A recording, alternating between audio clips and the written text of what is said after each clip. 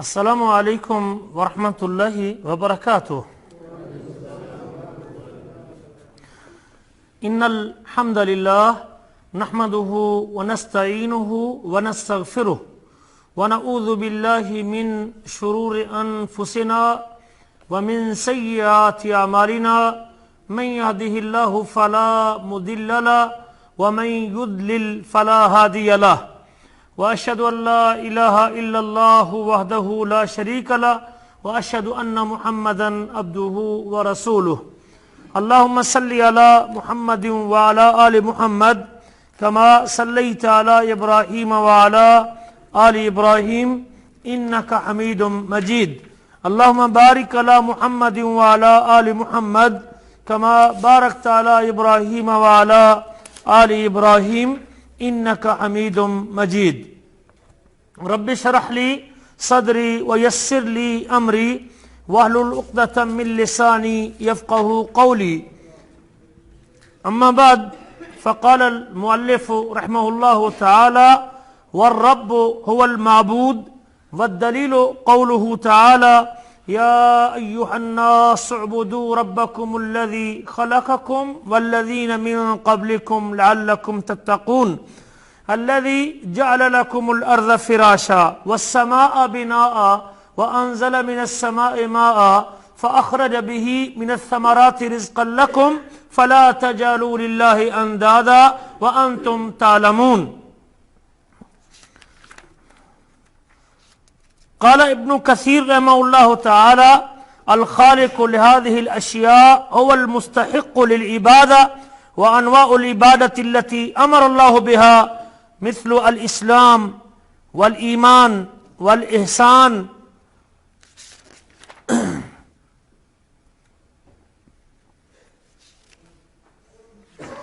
گرامی قدر بھائیوں اور لائق احترام ساتھیوں، ہماری آج کی یہ مجلس شیخ محمد بن عبد الوہاب کی ایک معروف کتاب اصول ثلاثہ کی تعلیم کے حوالے سے ہے، اور آج کا سبق شروع کرنے سے پہلے ہم آپ حضرات سے پچھلے سبق کی یاد دہانی کے لیے ایک دو باتیں کریں گے، اس جذبے کے ساتھ کہ اللہ تعالیٰ ہم جو کچھ سنتے ہیں اس کو یاد رکھنے کی اور پھر یاد رکھنے کے بعد اس پر عمل کرنے کی توفیق نصیب فرمائے۔ وہ تین اصول کون سے ہیں جن کی معرفت اور پہچان ہر انسان کے لیے ضروری ہے؟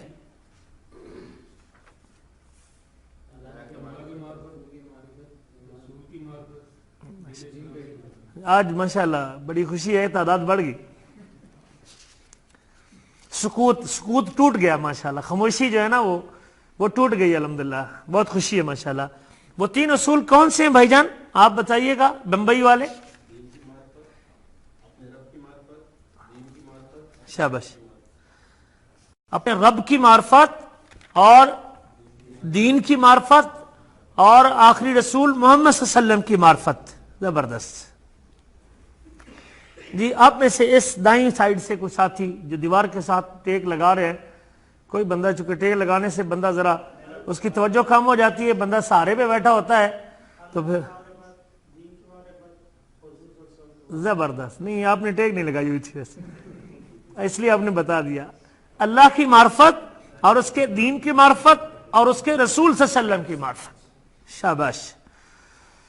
شیخ نے ایک سوال کیا ہے کہ آپ نے اپنے اللہ کو کس طرح پہچانا ہے؟ بما عرفت ربک، آپ اپنے رب کو کس طرح پہچانتے ہیں؟ جی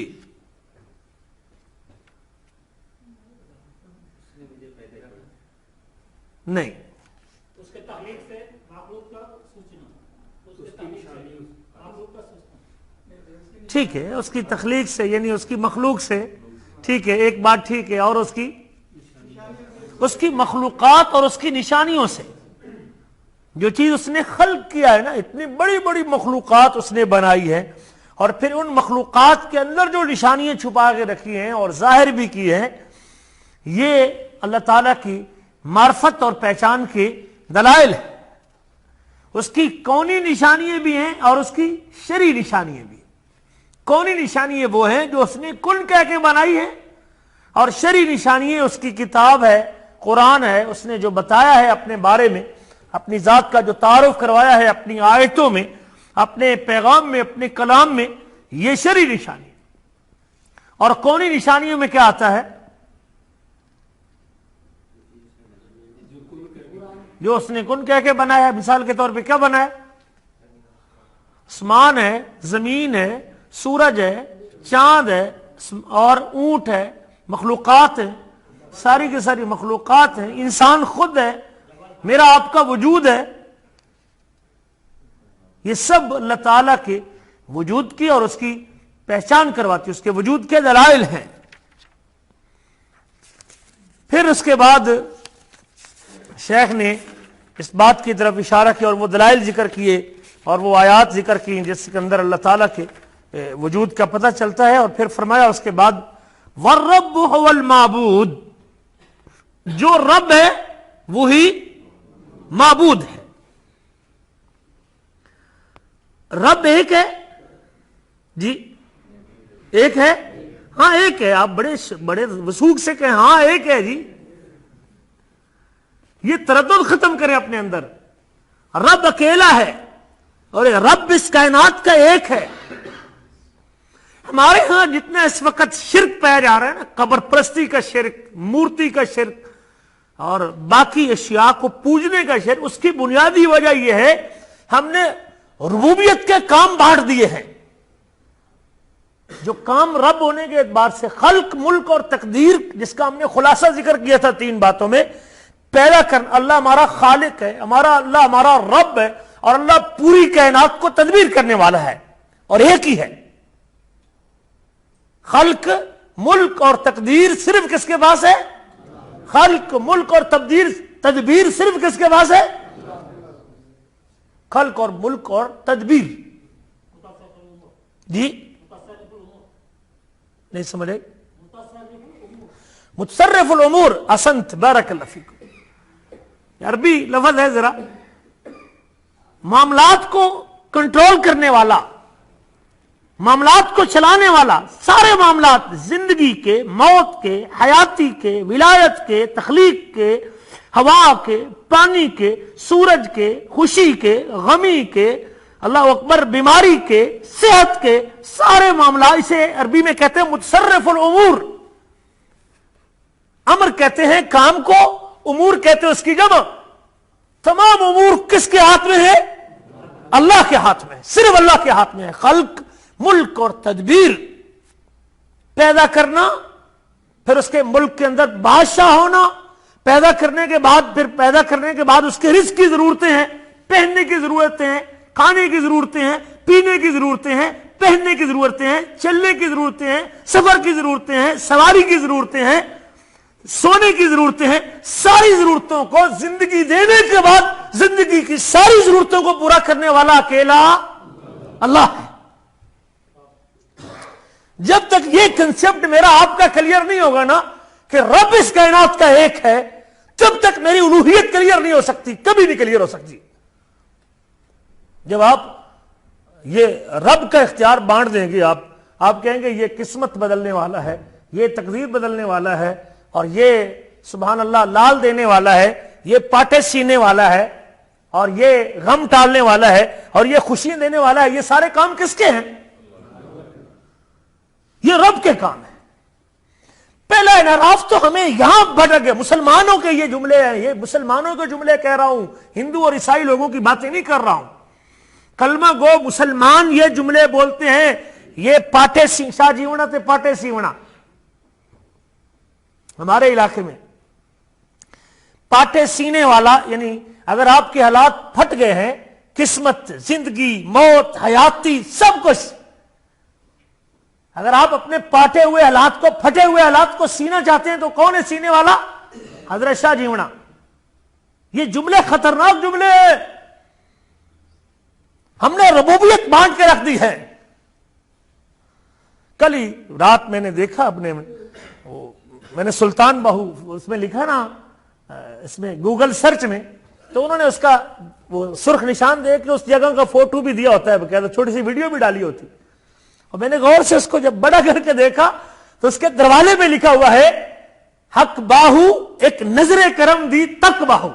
پہلے میں شاید سنتا تھا، میرا یہ علم تھا کہ یہ صرف کسی نے قوالی بنائی ہے اس کی محبت میں، لیکن میں نے اس کے دروازے پہ کندہ کیا ہوا لکھا ہوا دیکھا حق باہو ایک نظر کرم دی تک باہو، بے شک باہو، نظر کرم میرے اوپر نظر کرم کر دے.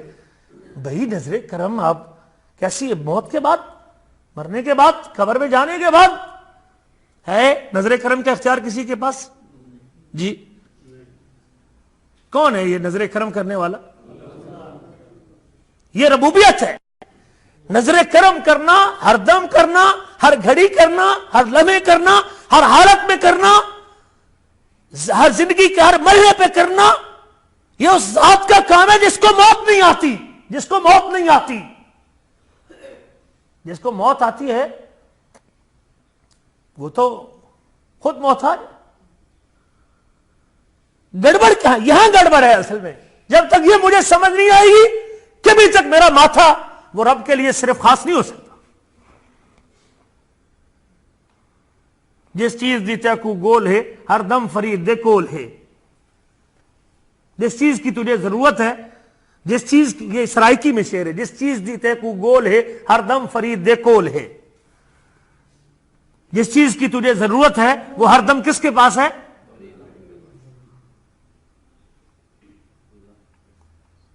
متصرف الامور، حالات کو کنٹرول کرنے والا، نظام کو چلانے والا، تدبیر کرنے والا کون ہے؟ اکیلا ہے. یہاں تو دو ہو گئے. پھر جس چیز کی تجھے ضرورت ہے ہر دم کس کے پاس ہے؟ 24 گھنٹے، لائف ٹائم، زندگی بھر، مرنے کے بعد، مرنے سے پہلے، فوت ہوئے پتہ نہیں کتنے سو سال ہو گئے، لیکن اب بھی اگر کسی کا یہ عقیدہ ہے کہ فرید کے پاس سب کچھ ملتا ہے، اس کا معنی ہے کہ رب ذوالجلال نے اپنی ربوبیت بانٹ دی ہے نا، وہ تدبیر کرنے کے معاملے بانٹ دیے، تقسیم کر دیے نا، اپنے نائب بنا دیے نیچے. یہ وہ تکلیف دہ باتیں ہیں، یہ نادانی ہے مسلمانوں کی، یہ معرفت نہیں رب کی. معرفت، اللہ کی معرفت، رب کی معرفت جسے کہتے ہیں، یہ دین کا اصول، پہلا اصول ہے رب کی معرفت. یہ ربوبیت کے ضمن میں آتا ہے، یہ رب کا کام ہے. وہاں لاہور میں ایک بزرگ ہے، مجھے پچھلے سال مارچ میں جانے کا اتفاق ہوا، 8-9 مارچ کا واقعہ ہے.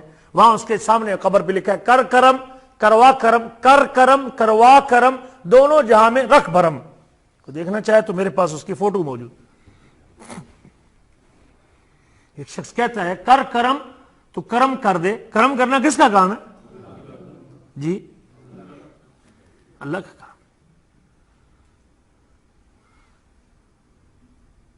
اور آپ اس کے فوت ہونے کے بعد بھی آپ کو ایسے کرم، وہ کرم کون سے ہے جو مرنے کے بعد، یعنی آپ اس کے زندگی کا، اولاد کا، نعمت کا، رزق کا، معاملات کا، حالات کا، شفا کا، بیماری کا، معذوری سے نکلنے کا، بچیوں کی شادی کا، کوئی بھی کرم آپ مانگنا چاہتے ہیں، کرم کر دیجئے، کرم کروا دیجئے.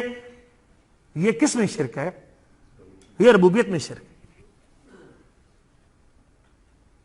اور جب آپ اس کو کرم کا اختیار دے رہے ہیں، اس کو قسمت کا اختیار دے رہے ہیں، اس کو تقدیر بدلنے کا اختیار دے رہے ہیں، اس کو غم ٹالنے کا اختیار دے رہے ہیں، اس کو خوشی دینے کا اختیار دے رہے ہیں، اس کو آپ پاٹے سینے کا اختیار دے رہے ہیں، اس کو آپ لال دینے کا اختیار دے رہے ہیں، تو پھر آپ جھکیں گے اس کے سامنے کہ نہیں جھکیں گے؟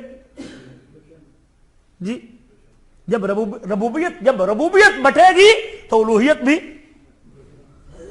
نہیں. سمجھ آ رہی بات میری؟ جب ربوبیت تقسیم ہوگی تو الوہیت بڑھے گی. پھر اس پیشانی کے صرف ایک اللہ کے سامنے جھکنے کی گارنٹی نہیں دے سکتے آپ. شیخ نے کہا وَالرَّبُّ هُوَ الْمَعْبُودُ، اور رب ہی معبود ہے. اگر رب ایک ہوگا تو معبود بھی ایک ہوگا، اور جب ربوبیت تقسیم کریں گے تو الوہیت بھی ہوگی کہ نہیں ہوگی؟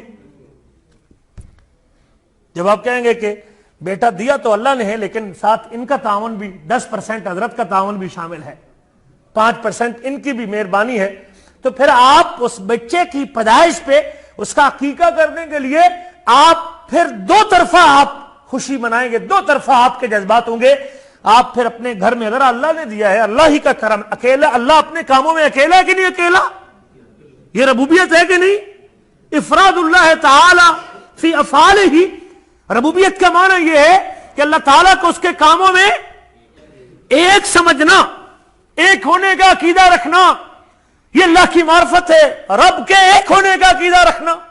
اللہ اکیلا ہے, رب ایک ہے, پالنے والا ایک ہے, زندگی ایک کے پاس ہے.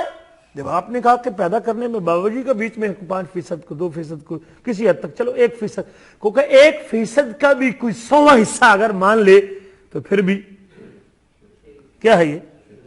اس لیے پھر آپ کو تسلی نہیں ہوتی جب آپ اس بچے کی پیدائش پہ شکریہ ادا کرنا چاہتے ہیں. بھلے آپ اللہ کے نام پہ بھی جا کے ذبح کرتے ہیں, لیکن آپ اٹھا کے کہاں سے, گجرات سے چلیں گے سیالکوٹ سے, چلیں گے آپ چیونڈا سے, چلیں گے آپ پنڈی سے, اور سخی سرور جائیں گے, دیگ بھی اٹھائیں گے, بکرا بھی لے جائیں گے, چاول کی بوری بھی لیں گے, بس بھی بھریں گے, بارات بھی بنائیں گے, اور بچے کی پیدائش کا شکریہ آپ سخی سرور جا کے یا لال شہباز قلندر سندھ میں جا کے ادا کریں گے.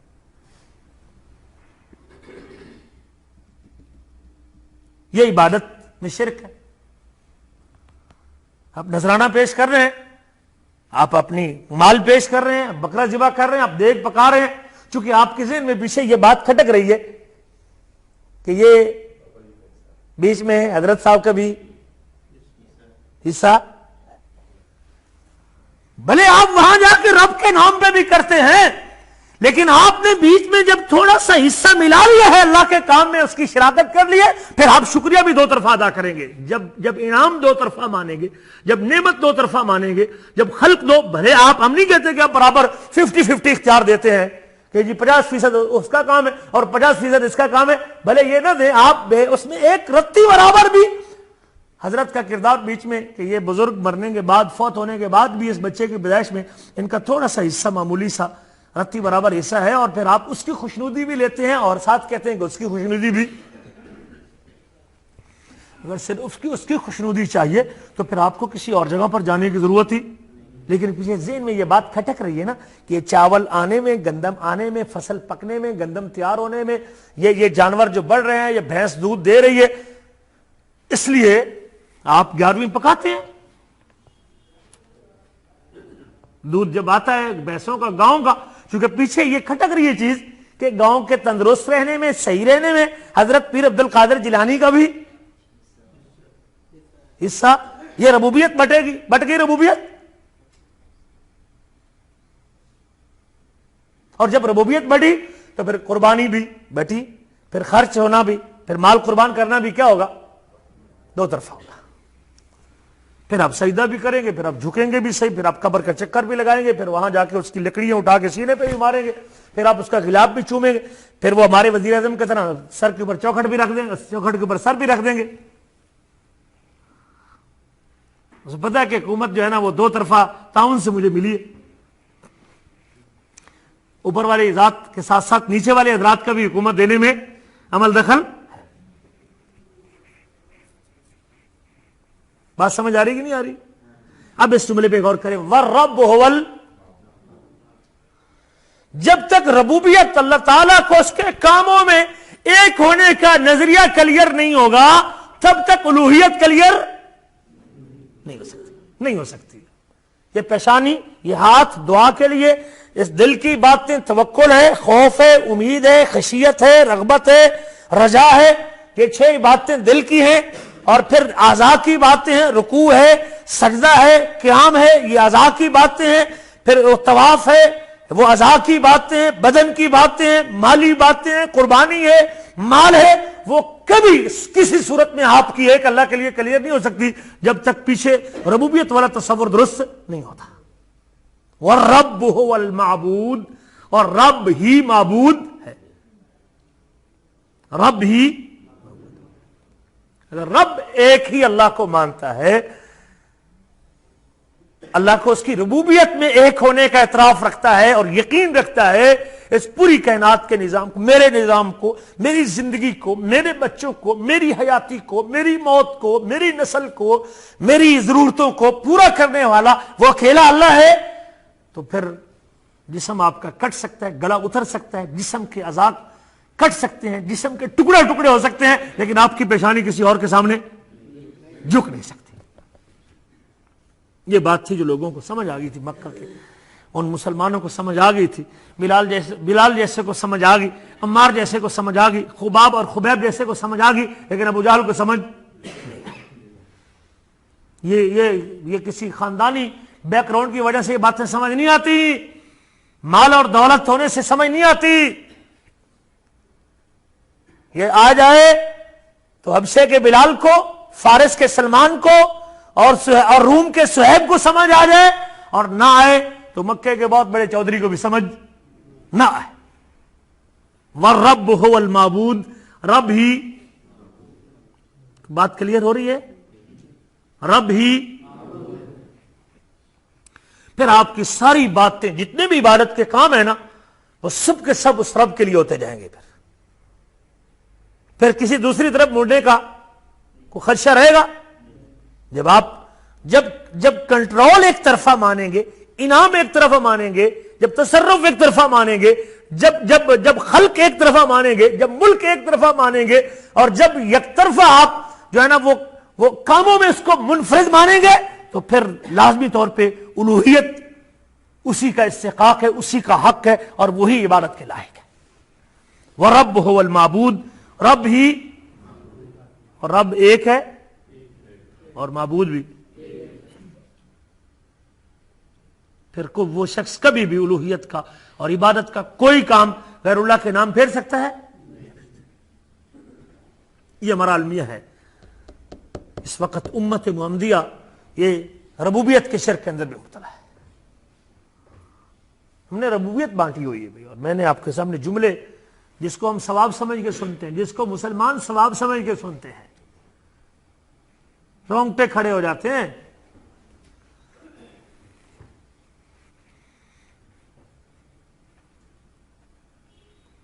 اس گونگے بولے رب کولو کی لینا بول کے، اس گونگے بولے رب کولو کی لینا بول کے، نعوذ باللہ من ذالک، اگے ہوتا جملہ جڑا مارے رول کے، رب ذوالجلال کو گونگا بولا رب کہہ رہے ہیں، وہ تو سنتا نہیں اور تو بولا ہے، نعوذ باللہ من ذالک۔ اور وہ قبر والا جس کے سامنے وہ قوالی پڑھ رہا ہے، کہتا ہے ہمارا تو یہ بزرگ ہے جو ہمیں نظر آتا ہے ہماری آنکھوں کے سامنے، یہ سارے کام کرتا ہے۔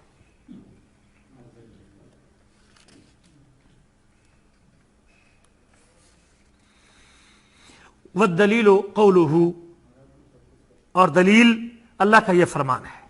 یہ بات جو ہم نے کہی ہے کہ رب ہی معبود ہے، اس کے اوپر اللہ کا قرآن بھی دلیل بھی ہے، ہم نے اپنی طرف سے کوئی بات نہیں کی۔ والدلیل قولہ تعالی، اور دلیل اللہ کا فرمان ہے، یا ایھا الناس، اے لوگو عبادت کرو اپنے رب کی، والرب هو المعبود، یعنی جو عبادت کا حقدار ہے وہ صرف اللہ اور وہ رب ہے، اس کے علاوہ کوئی مستحق عبادت نہیں، اس کے علاوہ کوئی رب نہیں۔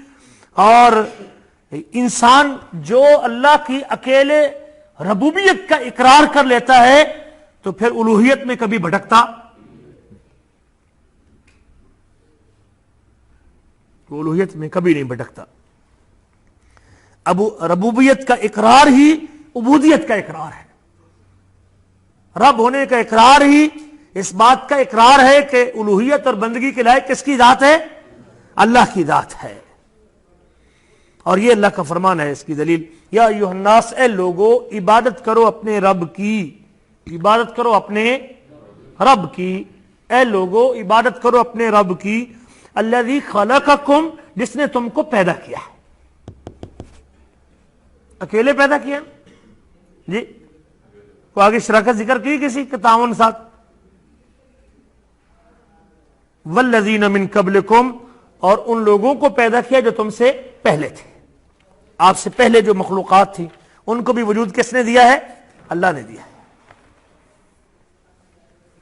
جن ہے، انسان ہے، حیوان ہے، آپ سے پہلے آپ کے باء اجداد ہیں، آدم علیہ السلام سے لے کر جتنے بھی انسان ہیں ان سب کو پیدا کرنے والا کون ہے؟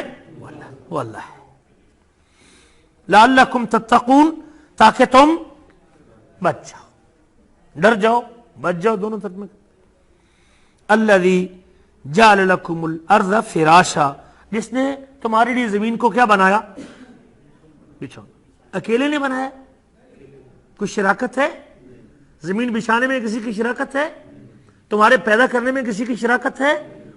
ہاں، جو اکیلا پیدا کرنے والا ہے، جو اکیلا زمین بچھانے والا ہے، وَأَنزَلَ مِنَ السَّمَاءِ مَاءً، اور جس نے وَالسَّمَاءَ بِنَاءً، اور آسمان کو چھت بنایا ہے، وَأَنزَلَ مِنَ السَّمَاءِ مَاءً، اور آسمان سے پانی اتارا ہے، فَأَخْرَجَ بِهِ مِنَ الثَّمَرَاتِ رِزْقًا لَكُمْ، اور اس پانی کے ساتھ تمہارے لیے پھلوں میں سے رزق نکالا ہے، فَلَا تَجْعَلُوا لِلَّهِ أَندَادًا، پس تم اس اللہ کے ساتھ کسی کوئی شریک نہ بناؤ۔ ند، مثیل، ساجی، کف، برابر کا، ہمسر، یہ ند کا معنی ہے اس کے ہمسر، اس کی برابری کا، اس جیسا کوئی اور نہیں۔ اس کا معنی ہے کہ یہ سارے کام کرنے والا وہ ایک ہے، یہ کام اس نے اکیلے کیے ہیں، اس کا کوئی کام ان کاموں میں شیطان تم تعلمون، اور تم جانتے ہو، یہ بات تمہیں پتہ ہے، ربوبیت کا تم اعتراف کرتے ہو کہ یہ کام اس نے اکیلے نے کیے، تو لہذا جب وہ یہ کام کرنے والا اکیلا ہے، خلق کا، پیدا کرنے کا، آسمان کو چھت بنانے کا، زمین کو بچھانے کا، پانی اتارنے کا، انگوری نکالنے کا، رزق نکالنے کا، تو پھر یقیناً اس کی الوہیت اور اس کی بندگی اور عبادت میں بھی کوئی شریک نہیں۔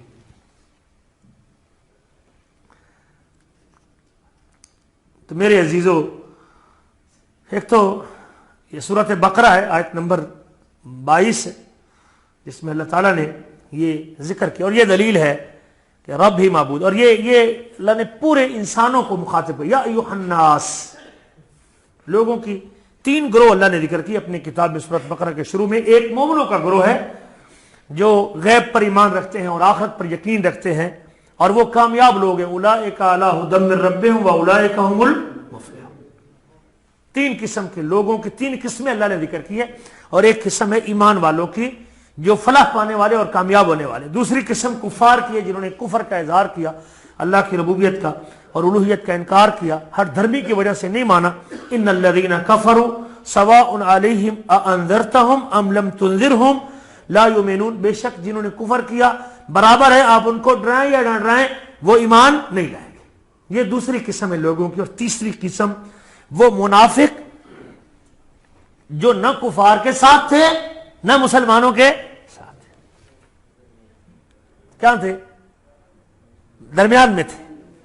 قرآن میں اللہ کہتے ہیں مذبذبین بین ذالک، مذبذبین بین ذالک لا الہ ہؤلاء ولا الہ ہؤلاء، تذبذب کا شکار تھے، شک کا شکار تھے، ڈاؤٹ میں تھے، نہ ادھر تھے نہ ادھر تھے، نہ پکے کافر تھے نہ سچے مومن تھے۔ یہ تیسرا گروپ ذکر کیا، اور سب سے جو ہے نا وہ بدترین گروہ یہ تھا، ان ننگے اور واضح کافروں سے بھی زیادہ بدتر یہ لوگ تھے، اور تقریباً 10 کے قریب آیتیں اللہ نے یہاں ذکر کی ہے۔ وَمِنَ النَّاسِ مَن يَقُولُ سے لے کر يَقَادُ الْبَرْقُ يَخْطَفُ أَبْصَارَهُم تک اللہ تعالیٰ نے اس تیسرے گروہ کا ذکر کیا ہے۔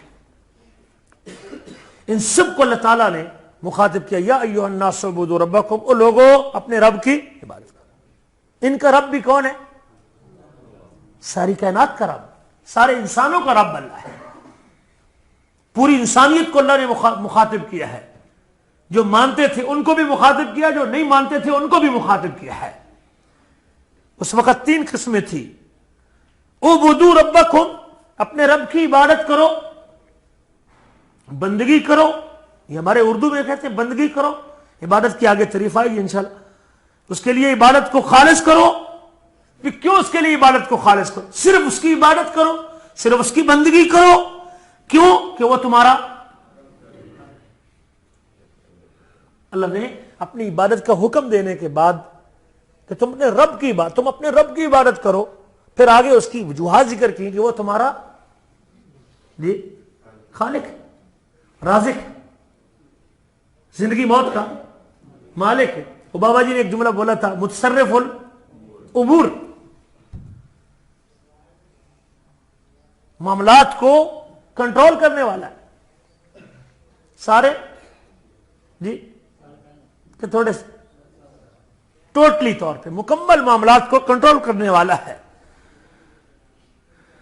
لہذا وہ تمہارا رب. اور یہ شیخ کے پیچھے وہ جملہ تھا وَالرَّبُّ هُوَ الْمَعْبُودُ. دلیل یہ ہے کہ اللہ نے حکم دیا عبادت کا، اور اپنی عبادت کا حکم دینے کے بعد کہ تمہارا خالق ہے وہ، تمہارا مالک ہے وہ، رازق ہے وہ، اس کے لیے عبادت کو خالص کرو. اور عبادت رب کے علاوہ کسی اور کی ہو ہی نہیں سکتی. عبادت کی کوئی قسم، عبادت کا کوئی جز، عبادت کا کوئی حصہ، عبادت ایک رتی برابر بھی رب کے علاوہ کسی اور کی نہیں ہو سکتی. پھر اس کے اوپر دلائل ذکر کیے کہ کیوں وہ عبادت کے لائق ہے، کہ وہ تمہارا خالق ہے اور اس نے تم سے پہلے لوگوں کو وجود دیا ہے، ملائکہ کو، جنوں کو، انسانوں کو، فرشتوں کو، آسمان کو، زمین کو، سب کچھ کو خلق کرنے والا کون ہے؟ اور مالک بھی کون ہے؟ اللہ ہے. ساری کائنات کا مالک وہ اللہ ہے، تاکہ لعلکم تتقون، تاکہ تم بچ جاؤ. اگر تم اس بات پہ غور کرو گے کہ رب اکیلا اللہ ہے، خالق وہ ہے، پالنے والا وہ ہے، رزق دینے والا وہ ہے، تو پھر یہ اگر یہ تھوڑا سا اس پر تدبر کرو گے نا تو پھر تمہارے بچنے کے چانس ہے.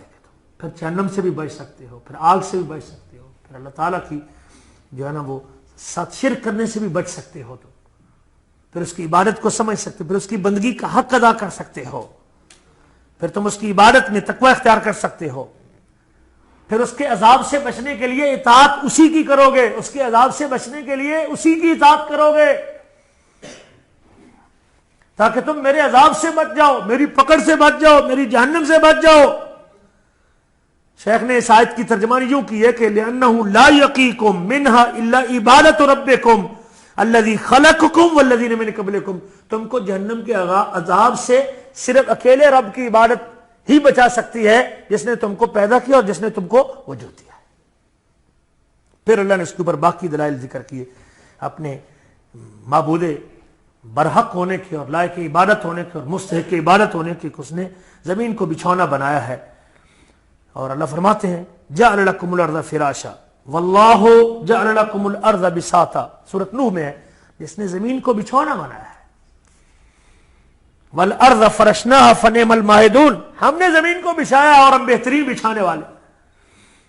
تم اس کے اوپر چلتے بھی ہو، سفر بھی کرتے ہو، ہل بھی چلاتے ہو، بوتے بھی ہو، زراعت بھی کرتے ہو، کاشتکاری بھی کرتے ہو، اور جہاں سے چاہو تم چلتے بھی ہو، گھر بھی بناتے ہو، پہاڑ بھی کاٹتے ہو، پتھر بھی کاٹتے ہو، ساری چیزیں تم اس زمین کے اوپر کرتے ہو.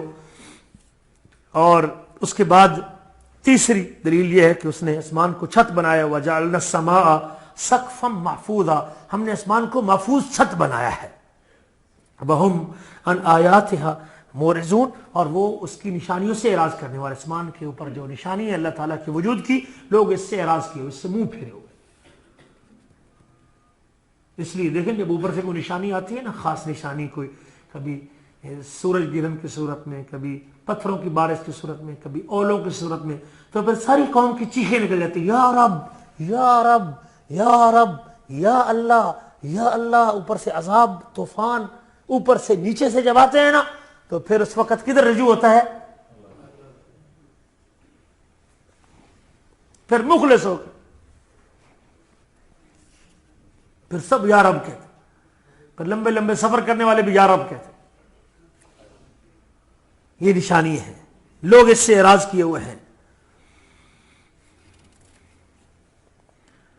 تو یہاں شیخ نے یہ دلیل ذکر کی ہے کہ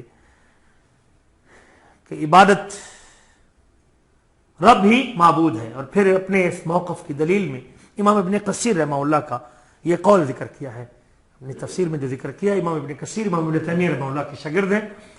یعنی شیخ کی بات نہیں، اس سے پہلے علماء بھی یہ بات کی، کوئی میری بات نہیں، مجھ سے پہلے بھی کیا نا وہ لوگ یہ کہنے والے. امام ابن کثیر کہتے ہیں الخالق لهذه الاشیاء هو المستحق للعبادہ، ان چیزوں کو پیدا کرنے والا عبادت کا حق رکھتا ہے، کوئی اور. جب وہ پیدا کرنے والا اکیلا ہے تو پھر عبادت بھی اس کے لیے. یہ امام ابن کثیر رحمہ اللہ کا قول شیخ نے ذکر کیا ہے. اور پھر اس کے بعد وانواع العبادۃ التی امر اللہ بہا، پھر عبادت کی قسمیں ذکر کی ہیں کہ جب رب ہی معبود ہے، رب عبادت کے لائق ہے، پھر وہ کون کون سے کام ہیں جو بطور عبادت اللہ کے لیے کیے جا سکتے ہیں، اور جو ہماری ذمہ داری ہے کہ جس نے ہمیں وجود دیا، زندگی دی، صحت دی، جوانی دی، پیدا کیا ہے، صورتیں بنائی ہیں، شکلیں بنائی ہیں، بہترین صورت جس اللہ نے مجھے اور آپ کو دی ہے، خوبصورت جسم جس نے مجھے دیا ہے، خوبصورت بچے جس نے دیے ہیں، بیٹے دیے اور بیٹیاں دی ہیں، اولاد دی ہے، ہماری نسل کو جس نے باقی رکھا ہے، پھر یقیناً عبادت اسی کی ہوگی۔ اور پھر عبادت میں کہ ضمن میں کون کون سی چیزیں آتی ہیں، شیخ نے پھر اس کا آگے تذکرہ شروع کیا، وَأَنْوَاءُ الْعِبَادَةِ الَّتِي أَمَرَ اللَّهُ بِهَا، اور اس عبادت کی قسم جس کا اللہ نے حکم دیا ہے وہ ہے اسلام، ایمان اور احسان۔ تین چیزوں کو یہاں ذکر کیا، اسلام، ایمان اور احسان، اور پھر اس کے بعد کہتے ہیں مِنْهُ الدُّعَاء، اور اس میں سے دعا بھی ہے۔ عبادت لغت میں کہتے ہیں عاجزی کو، تذلل کو، انکساری کو، گر جانے کو، اور کہتے ہیں طریق معبد کہتے ہیں وہ رستہ جب کسی کچی زمین پہ لوگ چلتے ہیں نا، کسی جس میں ہل چلائے ہوں، اور اس میں سے اگر لوگ بیچ میں سے رستہ بناتے ہیں تو وہ جگہ جہاں لوگوں کے پاؤں لگتے ہیں تو وہ کیا ہو جاتی ہے، وہ چلنے کی وجہ سے پکی ہو جاتی ہے۔ صحرا کے اندر بھی دیکھ لیں، لوگ چلتے ہیں تو ریت وہاں سے جم جاتی ہے، جہاں سے گاڑیوں کے ٹائر لگتے ہیں، جہاں سے لوگوں کے پاؤں لگتے ہیں، تو وہ ایک رستہ سا بن جاتا ہے۔ عام طور پہ دیہاتوں میں آپ دیکھیں تو بعض لوگوں نے وہ فصلوں کے بیچ میں بھی رستہ بنایا ہوتا ہے، وہ کچی زمین ہوتی ہے تو اس میں سے ایک دو بندے گزرتے ہیں، اور پہلے ایک دو بندے گزرتے ہیں اور پھر بعد میں لوگ بجائے ایک لمبا سفر کرنے کے بیچ میں سے، کھیت کے بیچ میں سے ایک رستہ بنا لیتے ہیں۔ اسے کہتے ہیں طریق معبد، جس جگہ کے اوپر، جس رستے کے اوپر قدموں کے نشانات کی وجہ سے جس کو پکا کیا جائے، اور چونکہ وہ نرم ہوتا ہے اور اس کے اوپر پاؤں لگتے ہیں اور وہ جھکا ہوتا ہے، اور اس میں جو ہے نا وہ یہ صفت ہوتی ہے کہ وہ اپنی نرمی کی وجہ سے دباؤ برداشت کرتا ہے، تو کہتے ہیں یہ عبادت کا جو لفظی معنی ہے یہ یہاں سے ہے کہ عبادت کی پھر قسمیں ذکر کی کہ ایک تو عبادت عامہ ہے اور ایک عبادت خاصہ ہے۔ عبادت عامہ یعنی تمام مخلوق، سارے اللہ کے بندے، مومن بھی، کافر بھی، فاسق بھی، منافق بھی، وہ سب کس کے بندے ہیں؟ اللہ کے حکم کونی کے تابع ہیں کہ نہیں تابع؟ پہاڑ بھی، پتھر بھی، آسمان بھی، ہر چیز کے اوپر کنٹرول کس کا ہے؟ غلام ہے۔ کوئی اس کے ربوبیت سے اور اس کے حکم سے سرگردانی کر سکتا ہے؟ نکل سکتا ہے؟ نہیں، سب اس کے غلام ہیں، ہر مخلوق اس کے غلام ہے، کافر اس کے قہر، تصرف اور غلبے کے نیچے ہے۔ اور یہ اس عبادت میں تمام لوگ شامل ہیں، چاہتے ہوئے اور نہ چاہتے ہوئے ہر مخلوق اس عبادت میں داخل، اس کی غلامی میں ہے، اس کے کنٹرول میں ہے، اس کے قبضے میں۔ دیکھ لیں اس کی عبادت، فرعون اس کی عبادت نہیں کرتا تھا، رب نہیں مانتا تھا، لیکن اس کے قہر اور غلبے میں آیا کہ نہیں آیا؟ جی، نمرود آیا کہ نہیں آیا؟ کس سے آ گیا؟ مچھر۔ فرعون کس میں آ گیا؟ پانی۔ یہ ہے اس کی مخلوقات، اور وہ امر اور حکم دے، سب کچھ اس کے سامنے، وہ ساری مخلوقات اس کے سامنے عاجز ہے، اس کے قبضے اور سلطان میں ہے، اس کو کوئی چیز عاجز نہیں کر سکتی، کوئی چیز اس کو عاجز، لا یعجزہ شیء۔ یہ غلامی اور یہ عبدیت تو ساری مخلوقوں کو، یہ اسے کہتے ہیں عبادت عامہ۔ ان کل من فی السماوات والارض الا آتی الرحمن عبدا، آسمان اور زمین کی ہر چیز وہ قیامت کے دن رحمان کے پاس کیا بن کے آئے گی؟ عبد بن کے آئے گی، اس کے غلام بن کے آئے گی۔ تا تک آسمان کو اللہ کہے گا آ جائے تو آ جائے گا، سورج، چاند، سب کچھ، ساری مخلوقات، اس میں آسمان بھی، زمین بھی، مومن بھی، کافر بھی، سب قیامت کے دن کھینچے چلے آئیں گے۔ کوئی کہہ سکتا ہے کہ نہیں میں نہیں جاؤں گا عرش کے میدان میں، اکٹھا نہیں ہوں۔ یہ عبودیت، یہ غلامی، یہ عاجزی، یہ جھکنا، تو اس میں ساری مخلوق آتی ہے۔ یہ اللہ کے کونی حکم کے تابع ہے۔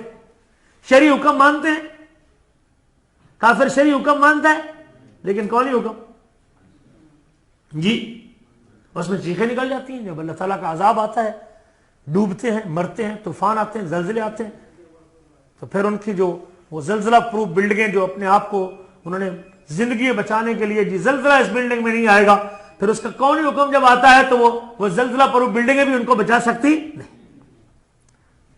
اپنی حفاظت کے لیے جو نظام بنایا ہوتا ہے جی، اب زلزلے کی وجہ سے جی وہ ریئیکٹر جو ہے نا وہ ٹکرانے والے ہیں جی، اس میں کوئی گڑبڑ پیدا ہونے والی اور پورا جاپان جانے والا ہے جی، اب تو یہ خطرہ پڑ گیا ہے کہ اپنی زندگی جس کو اپنی حفاظت کے لیے بنایا تھا وہ بھی اپنے کنٹرول میں نہیں رہتا۔ ایک تو یہ عبادت ہے، اس عبادت عامہ کہتے ہیں، ساری مخلوق اس بندگی اور عبادت میں تو اللہ کے تابع ہے، اور دوسری عبادت خاصہ ہے جو صرف کس کو نصیب ہے؟ صرف مومنوں کو نصیب ہے۔ یا ایھا الناس اعبدوا ربکم میں دوسری عبادت خاصہ ہے، اور جس کا اللہ نے ذکر اپنی کتاب میں یوں کیا، وعباد الرحمن الذین یمشون علی الارض ہونا، جو رحمان کے بندے ہیں، جو رحمان کے غلام ہیں، جو رحمان کے سامنے جھکنے والے ہیں، جو رحمان کے سامنے عاجز ہیں، جو رحمان کی غلامی قبول کرنے والے ہیں، وہ زمین کے اوپر کیسے چلتے ہیں؟ آرام سے چلتے ہیں، نرمی سے چلتے ہیں، تکبر ان میں نہیں، اللہ کے امر کے تابع، اللہ کی شریعت کے تابع ہوتے ہیں، یہ شرعی حکم کے تابع ہوتے ہیں، میرے رب کا حکم ہے، بڑی سے بڑی بات ان کے مزاج کے اوپر گراں گزرنے والی ہو۔ ابو بکر صدیق کی بیٹی پہ الزام لگا، قسم اٹھا لی کہ میں نے اس بندے کو جس کے گھر سے میرا خرچہ جاتا تھا میں خرچہ نہیں دوں گا۔ اللہ آسمان سے آیتیں نازل کرتے ہیں، وَلَا يَأْتَلِ أُولُو الْفَضْلِ مِنْكُمْ وَالسَّعَةِ، جس کو اللہ نے مال دولت اور فضل وسعت دی ہے وہ قسم نہ اٹھائے کسی کا خرچہ بند کرنے کی۔ بس یہ بات اللہ کہتے قسم اٹھا لی کہ نہیں، یہ مصطح بن نفاسہ کا خرچہ میرے گھر سے نہیں جائے گا، اس نے میری بیٹی پہ الزام لگائے، بڑی ناقابل برداشت بات، بھائی بچی کے اوپر الزام۔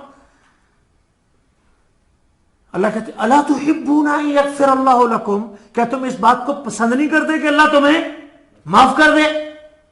تو وہ ابو بکر جس کے دل میں یہ بات تھی، فیصلہ کیا تھا، قسم اٹھائی تھی، فوراً کیا ہو گئے؟ موم ہو گئے کہ نہ ہو گئے؟ موم ہو گئے۔ یہ ہے بندگی، یہ عبادت ہے، یہ شرعی حکم کے تابع۔ الا تحبون ان یغفر اللہ لکم، بے شمار مثالیں اس کے اوپر دی جا سکتی ہیں۔ وعباد الرحمن الذین یمشون علی الارض ہونا، یہ عبادت خاصہ ہے جو مومنوں کو نصیب ہوتی ہے، ایمانداروں کو۔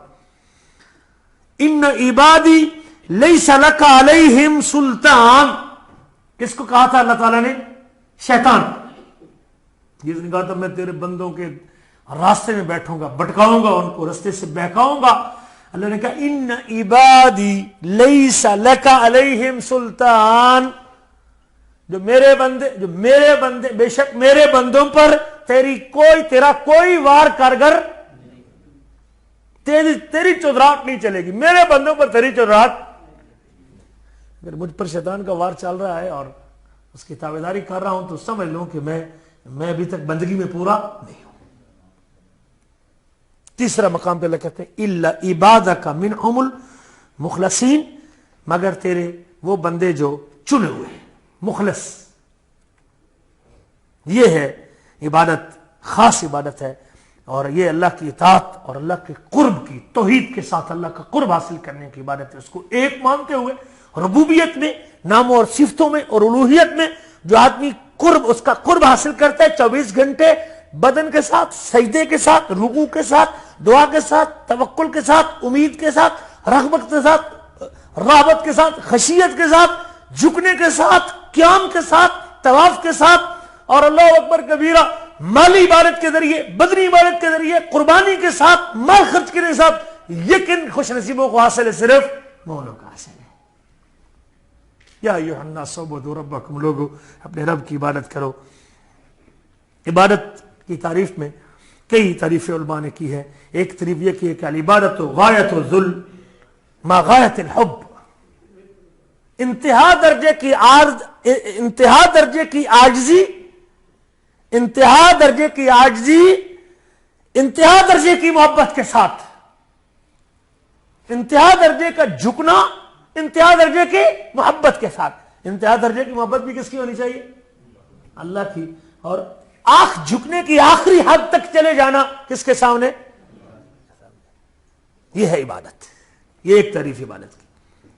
امام ابن قیم اپنے قصیدہ نونیہ میں کہتے ہیں وعبادت الرحمن غایت حبہ، رحمان کی عبادت اس کی محبت کی انتہا ہے، اس کے پیار کی انتہا ہے۔ اس لوتھڑے میں، پوری کائنات میں انتہا درجے کی محبت اگر سمانی ہے تو کس کی محبت ہے؟ وہ رحمان کی محبت ہے. وعبادت الرحمن غایت حبہ ما ذل عبادت عابدہ، اور جو اس کی عبادت کرنے والا ہے اس کی عاجزی کے ساتھ اس کا جھکنا اور اس کی انکساری وہ بھی انتہا درجے کی ہو، اور اللہ کی محبت بھی اس کے انتہا درجے کا پیار رکھتے ہوئے انتہا درجے کا جھکنا جب بندے میں آ گیا ہے تو یہ عبادت ہے، رحمان کی عبادت ہے. یہ دونوں عبادت کے قطب ہیں اور کلی ہیں. کسی نے یہ بھی کہا ہے العبادت ہی ما امر به شرعا من غیر اضطراد عرفی ولا اقتضاء عقلی.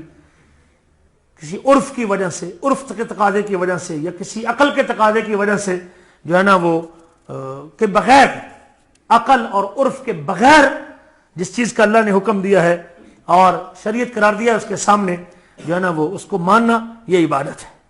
عبادت عقل سے ثابت، عبادت عقل سے ثابت، عبادت کہاں سے آتی ہے؟ اس کی طرف سے آتی ہے. اس میں عقل اور عرف کا کوئی تعلق نہیں. امام ابن تیمیہ رحمہ اللہ نے ایک بڑی اچھی تعریف کی اور بڑی معروف تعریف، اور کہتے ہیں امام ابن تیمیہ کہتے ہیں العبادت اسم جامع لکل ما یحبہ اللہ من الاقوال والاعمال الظاہرۃ والباطنہ. یہ جامع نام ہے، اسم جامع لکل ما یحب اللہ من الاقوال، وہ تمام اقوال، وہ تمام قول، وہ تمام باتیں اور وہ تمام اعمال، ظاہری ہوں یا باطنی ہوں، اعضاء کے ہوں یا دل کے ہوں، دل اور جسم کے وہ تمام اعمال اور اقوال، دل اور جسم کے وہ تمام اقوال اور اقوال، وہ تمام اعمال اور اقوال، وہ تمام کام اور قول، وہ تمام کام اور باتیں جو آدمی اللہ کی محبت میں کرے اور اللہ کے پیار میں کرے اور اللہ کی رضا کے لیے کرے، جن کو اللہ پسند کرتا ہے، جس سے اللہ راضی ہوتا ہے، اسے کیا کہتے ہیں؟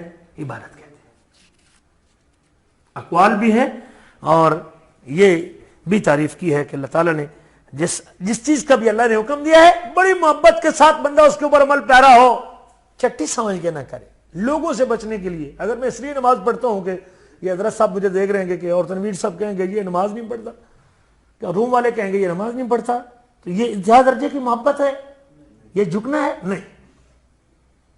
خود اندر سے ہوک اٹھے اور پیار اتنا اللہ تعالیٰ کا ہو، محبت اتنی ہو، اور اس محبت میں جب رب کی عبادت میں، اس کے امر کو پورا کرنے میں اور اس کی ناہی سے بچنے میں جب کھنچا چلا جاؤں گا، سمجھ لو کہ میرے اندر عبادت کا جو ہے نا وہ عنصر موجود ہے اور وہ جذبہ موجود ہے عبادت کا. عبادت کی دو بڑی قسمیں ہیں، ایک عبادت بدنی ہوتی ہے اور ایک عبادت مالی ہوتی ہے. اور عبادت بدنی میں خاص طور پہ وہ عبادتیں، یعنی ہر وہ کام جس کا اللہ نے حکم دیا ہے، جس سے وہ راضی ہوتا ہے، جس کو ہمیں اعضاء سے کرنا پڑے یا دل سے کرنا پڑے یا زبان سے کرنا پڑے. پھر اس بدنی عبادت کی پھر تین قسمیں ہیں، کچھ کا تعلق زبان کے ساتھ ہے، کچھ کا تعلق اعضاء کے ساتھ ہے، اور کچھ کا تعلق جو ہے نا وہ بندے کے جو ہے نا وہ باقی دل کے اعضاء کے ساتھ ہے، زبان کے ساتھ، دل کے ساتھ اور اعضاء کے ساتھ. آئیے ذرا اس کی تقسیم دیکھ لیں. زبان کی باتیں کون سی ہو سکتی ہیں؟ جی سبحان اللہ، سبحان اللہ، ذکر جتنے بھی ذکر ہے، الحمدللہ، اللہ اکبر، سبحان اللہ وبحمدہ، یا حی یا قیوم برحمتک استغیث. یہ زبان کی باتیں کرتے ہیں، ذکر سبحان اللہ، سبحان اللہ، سبحان اللہ، سبحان اللہ. یہ عبادت ہے. اب اللہ تعالیٰ کی کمال درجے کی محبت اور پیار دل میں رکھتے ہوئے ہر دم اپنی زبان پہ اس کی کوئی تسبیح، اس کی پاکیزگی، اس کی تعلیل، اس کی کبریائی، اس کے ایک الہ ہونے کا ذکر، لا الہ الا اللہ، لا الہ الا اللہ، لا الہ الا اللہ، لا الہ الا اللہ. آپ اپنی زبان سے کہہ رہے ہیں یا اللہ تو اکیلا عبادت کے لائق ہے، اللہ تو اکیلا عبادت کے لائق ہے. اور جیسے ہر وہ ذکر جو اللہ کے رسول نے شریعت قرار دی ہے اور آپ نے بتائے ہیں زبان سے آپ ادا کرتے ہیں، یہ بدنی باتوں میں سے ایک زبان کی عبادت ہے.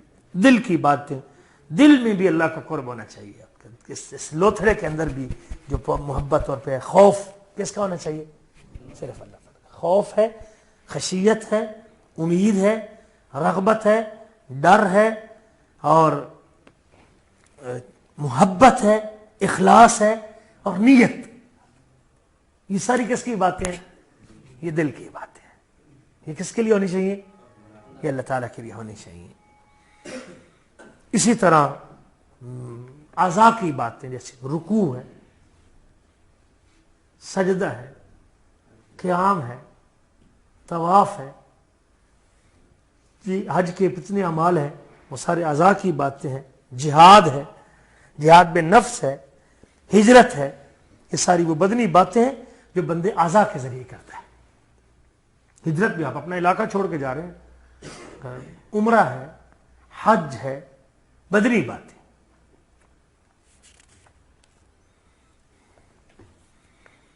تو بدنی عبادت کی 3 قسمیں ہیں، کچھ کس سے ادا ہوتی ہیں؟ زبان سے، اور کچھ دل سے، اور کچھ اعضاء سے، وہ آپ کو سمجھ آ گئی ہیں۔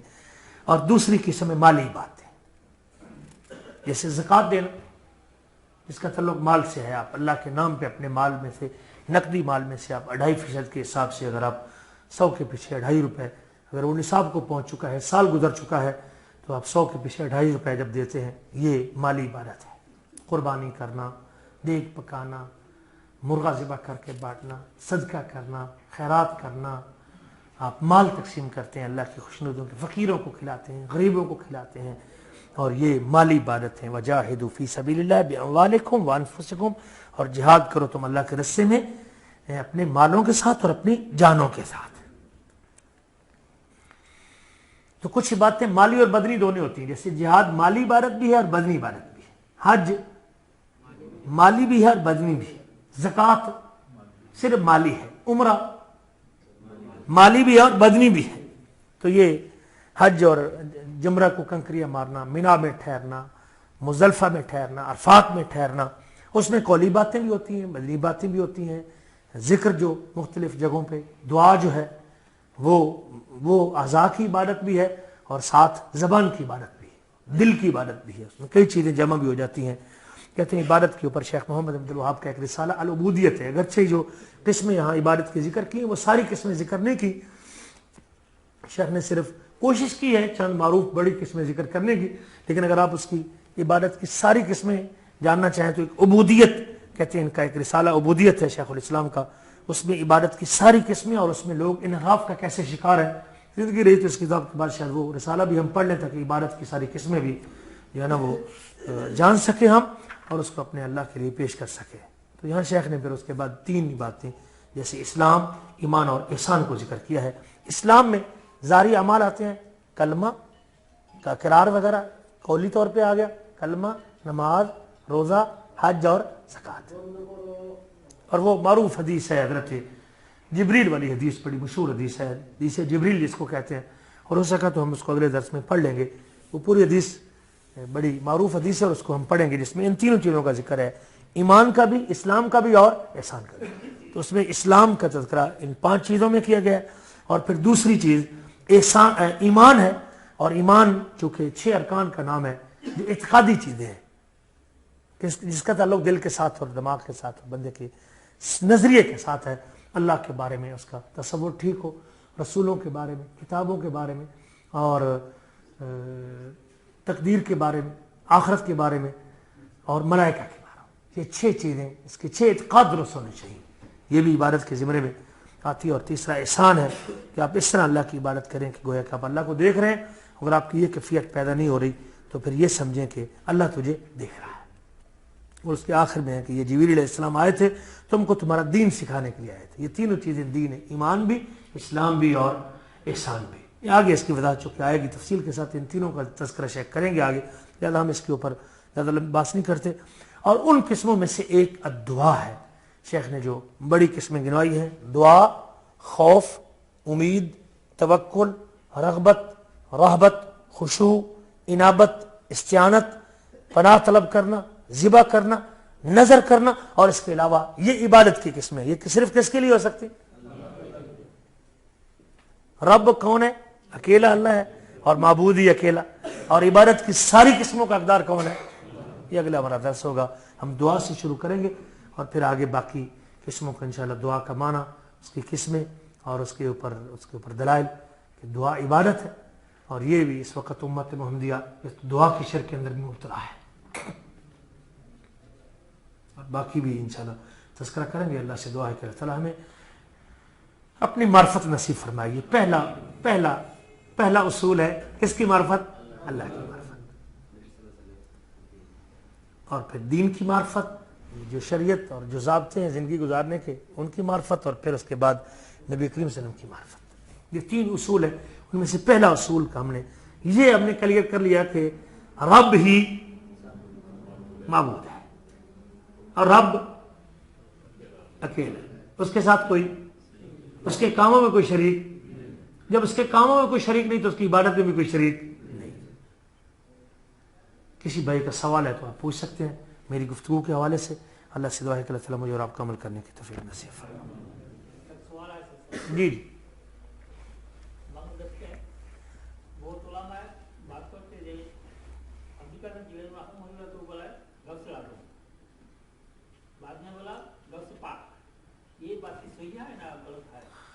غوث کا معنی ہوتا ہے مدد کرنا، اور غوث اعظم کا معنی بہت بڑا مددگار، سب سے بڑا مددگار، سب سے بڑا مددگار۔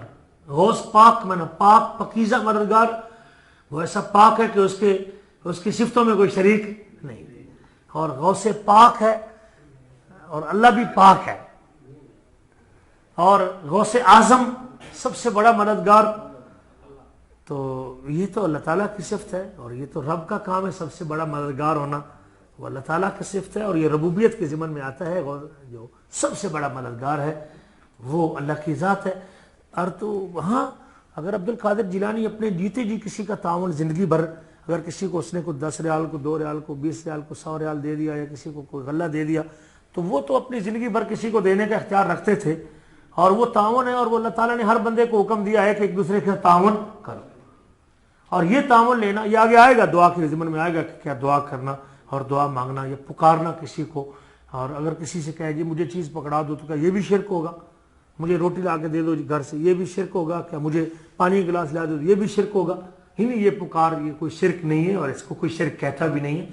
ہاں یہ اگر تصور ہے کہ حضرت عبد القادر جیلانی زندگی بھر جب ان کے اندر روح موجود تھی تب بھی لوگوں کا تعاون کرتے تھے، ہاں زندگی بھر اگر وہ اپنے سامنے بیٹھے کسی ساتھی کو 10 2 20 100 50 اگر دے دیا ہے تو ٹھیک ہے، یہ تو جائز ہے، کوئی حرج۔ لیکن اگر کوئی شخص یہ عقیدہ رکھے کہ اپنی زندگی میں اپنے سے 100 میل دور مرید کو بھی اس کے گھر میں بیٹھے بیٹھائے خزانہ پہنچا سکتا تھا، تو یہ کس کا کام ہے؟